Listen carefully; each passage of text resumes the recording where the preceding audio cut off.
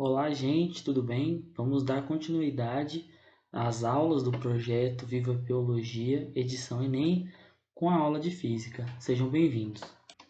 Olá, tudo bem? Bom, nessa aula nós vamos ter um conteúdo muito especial que facilitará na hora de resolver algumas questões do Enem. Nela nós vamos dar uma boa atenção a gráficos. Veremos o que deve ser olhado no gráfico, quais os estilos de gráficos mais comuns e que você deve conhecer. E veremos também como resolver algumas questões que não têm um conteúdo específico da física. Nós vamos resolver elas apenas montando equações e analisando elas. Um gráfico comum na física é o gráfico de linha, que tem esse estilo. Para analisarmos um gráfico de linha, temos que primeiro procurar sobre o que o gráfico está falando. Isto vai ser dito ao lado da linha vertical e horizontal que delimita o gráfico. Então, temos que a informação ao lado da linha vertical vai dizer o que esta linha representa. Para exemplificar, nós vamos dizer que essa linha está representando a força elástica, certo? Agora, a informação ao lado da linha horizontal vai dizer o que a linha horizontal representa. E para exemplificar, vamos dizer que é a deformação de uma mola em metros. Então, o que esse gráfico está falando? Ele está falando como que a força varia quando a deformação da mola varia. Agora, podemos ir para a informação dentro do gráfico. A parte dentro do gráfico nós vamos chamar de curva, ok? A curva é a linha vermelha e ela vai mostrar qual é a relação entre as duas informações. E ela pode seguir alguns padrões comuns que vou exemplificar com equações da física. No caso da força elástica, temos a seguinte equação.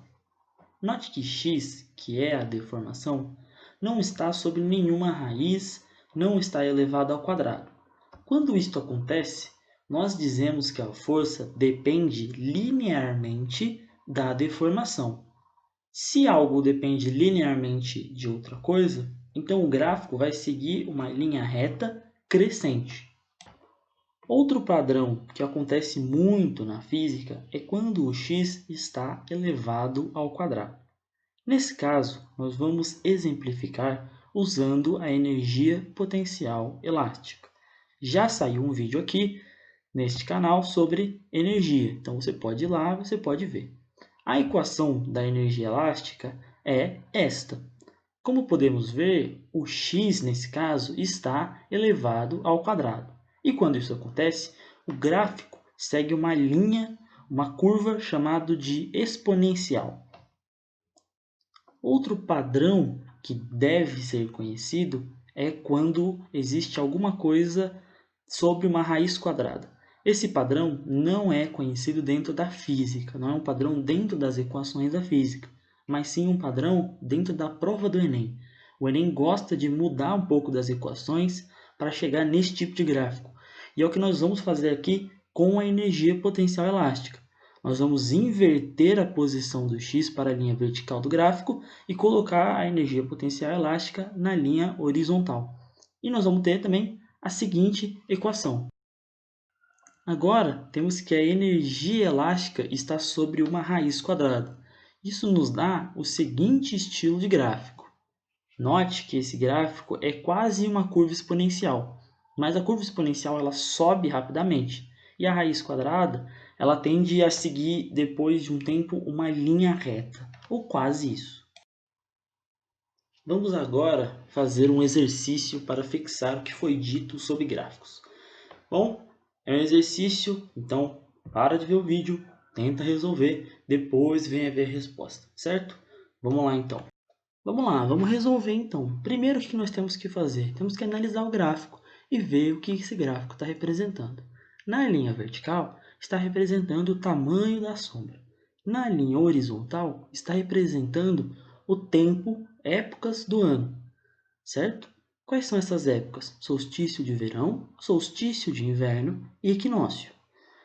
Beleza, já sabemos o que esse gráfico representa. Vamos então para as curvas. Temos 3 curvas para cada cidade diferente. Qual é a pergunta então?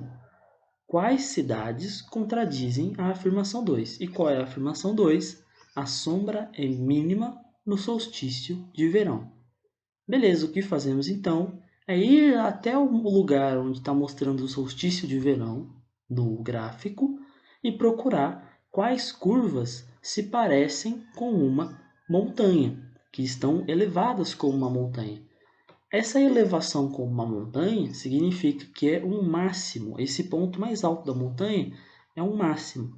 O que seria um mínimo? Seria como se fosse um buraco. Nós não queremos buraco, porque nós queremos contradizer a afirmação 2. Quando vemos esse lugar, nós descobrimos duas curvas que estão como uma montanha. Essas curvas se referem à cidade de Salvador e à cidade de Macapá. Então, a resposta correta é a letra C, que diz que a cidade de Salvador e a cidade de Macapá contradizem a afirmação 2.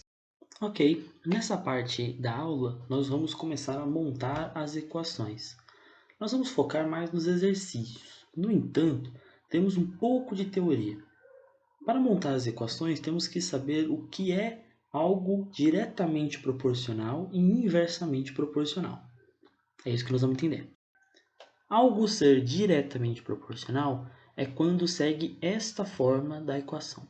Aqui, massa e força são diretamente proporcionais. O macete para ver se é diretamente proporcional é o seguinte: as duas coisas têm que estar um de um lado da igualdade e outro do outro lado. E essas coisas têm que estar na mesma linha, entende? Eles estão, se eu passar uma linha embaixo da força, reta, né, na horizontal, eu vou também passar uma linha embaixo da massa. Isso é ser diretamente proporcional, é um macete. Inversamente proporcional é quando segue esta equação. Aqui, aceleração e massa são inversamente proporcionais. Voltando no macete, se a gente passar uma linha reta, né, horizontal, nós vamos ver que a massa vai ficar embaixo da linha reta e a aceleração vai ficar acima da linha reta. Esse é um macete para ver se duas coisas são inversamente proporcionais.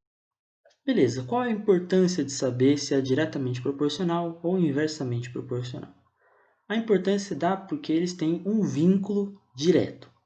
Quando a gente fala algo é diretamente ou inversamente proporcional, estamos falando de um vínculo. Quando é diretamente proporcional, nós temos um vínculo de que se um lado da igualdade aumenta de valor, o outro lado também aumenta de valor. Isso que significa ser diretamente proporcional. Por exemplo, se aumentarmos o valor da massa, mantendo a aceleração constante. Se aumentarmos o valor da massa, vamos aumentar o valor da força. Isso é ser diretamente proporcional. No caso de inversamente proporcional, quando um lado aumenta, o outro diminui. Vamos na segunda equação, aumenta o valor da massa, agora mantendo a força constante. A aceleração vai diminuir. A gente chama isso de vínculo dentro da equação. É uma relação entre os valores dentro da equação. Mas não existe só esse tipo de vínculo. Outro vínculo que pode existir são vínculos dentro do problema, dentro da situação que se apresenta. Nós vamos ver dois exemplos a seguir em que vamos usar o vínculo na equação e vamos usar o vínculo. Agora vamos para a parte dos exercícios. Novamente, leia, tente resolver, depois venha ver a resposta. Vamos lá. Para resolver essa questão, temos que analisar muito bem o problema. Vamos primeiro focar na parte das pressões.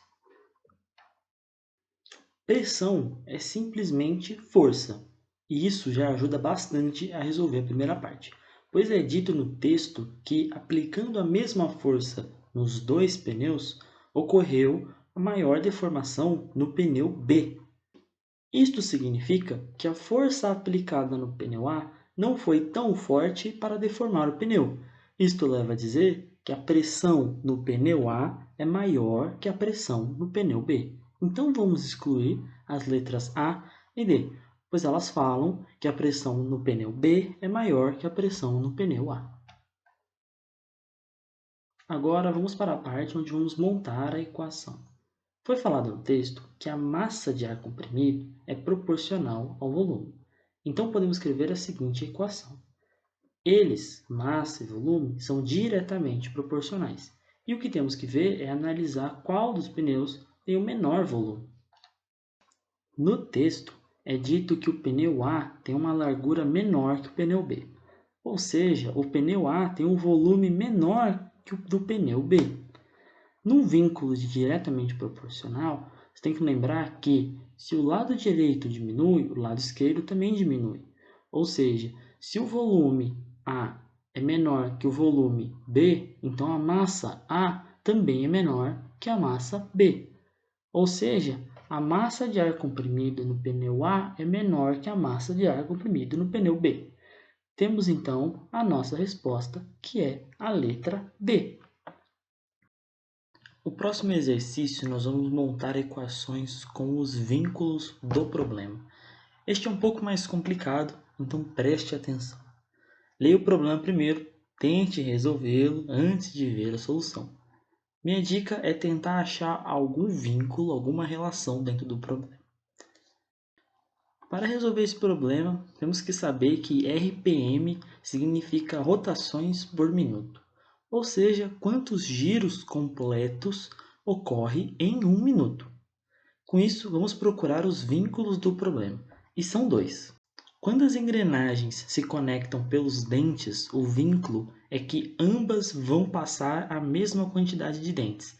Se uma gira passando 3 dentes, a outra também vai passar apenas 3 dentes. O segundo vínculo é quando as engrenagens se conectam pelo eixo. Desta vez, o vínculo é na rotação. Elas vão girar sempre a mesma quantidade. Se uma gira por completo, a outra também gira por completo. Vai acontecer no exercício que uma vai girar 1/3, a outra também vai girar 1/3. Esse é o vínculo. Bom, sabendo esses dois vínculos, vamos resolver o problema com o seguinte pensamento. Se eu giro 24 dentes na engrenagem A, quantos dentes eu giro na engrenagem D? Beleza, essa é a pergunta que nós vamos resolver. Nas engrenagens A e B acontece o vínculo 1, ou seja, ao dar um giro completo na A, que equivale a 24 dentes, a B gira 24 dentes também. Nas engrenagens B e C acontece o vínculo 2. Temos que descobrir, então, quanto a B girou. Para isso, vemos que a B tem 72 dentes. E fazendo 72 dividido por 24, temos 3, certo? Ou seja, a engrenagem girou 1/3, como eu havia dito. E como eu havia dito, então a engrenagem C também vai girar apenas 1/3. 1/3 de giro da engrenagem D equivale a 36 dentes, que é o total de dentes que a engrenagem C tem, dividido por 3. Isto é igual a 12. A engrenagem agora C e D tem o primeiro vínculo, vínculo 1. Logo, a D também vai girar 12 dentes. Temos então uma regra de 3. A cada 24 dentes da engrenagem A D gira 12 dentes. O que temos? O motor, que é da questão, gira 18 vezes por minuto. Ou seja, 18 vezes 24 por minuto. Isso é o quê? A quantidade de dentes que gira na A por minuto. Realizando essa regra de 3, chegamos no valor de 216 dentes por minuto que a engrenagem D gira. Mas não queremos a quantidade de dentes, e sim a quantidade de rotações. Agora a pergunta é simples. 216 dentes equivale a quantas rotações? Como a engrenagem D, o total de dente dela é 108, só dividir 216 por 108 e temos então 2. Logo, a D tem uma rotação por minuto de 2. Ela dá 2 giros por minuto. Ou seja, resposta B.